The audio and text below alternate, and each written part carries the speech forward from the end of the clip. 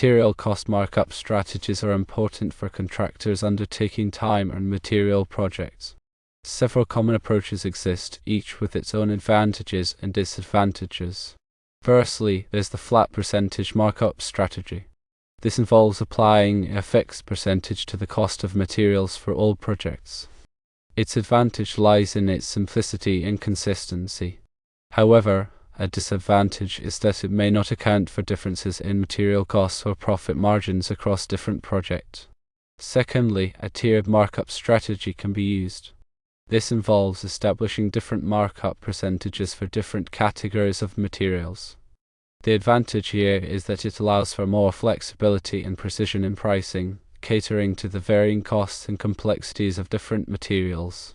The disadvantage is that it requires more time and effort to implement, as it involves categorizing materials and assigning appropriate markup rates. Thirdly, a cost-plus markup strategy can be employed. This involves determining the actual cost of materials and then adding a predetermined markup percentage. Advantages of this approach include transparency and accuracy, as the client can see exactly how the markup is calculated. However, a disadvantage is that it can be susceptible to fluctuations in material costs, which may need to be passed on to the client. Fourthly, a material-only markup strategy exists. This involves charging only for the cost of materials without applying a markup.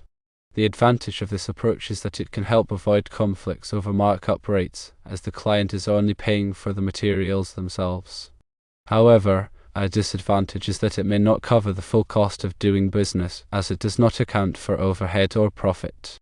In addition to these strategies, there are several additional considerations to keep in mind when determining material cost markups. One should check with industry organizations or local contractors to understand common practices in the area, ensuring that markup rates are competitive and in line with local norms. Communicating and discussing markup rates with clients upfront to avoid surprises is vital, as transparency can help build trust and prevent disputes.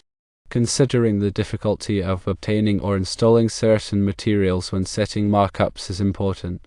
More complex or specialized materials may warrant a higher markup to reflect the additional effort and expertise required. Also, adjust markups based on supply and demand dynamics, as market conditions can significantly impact material costs and availability.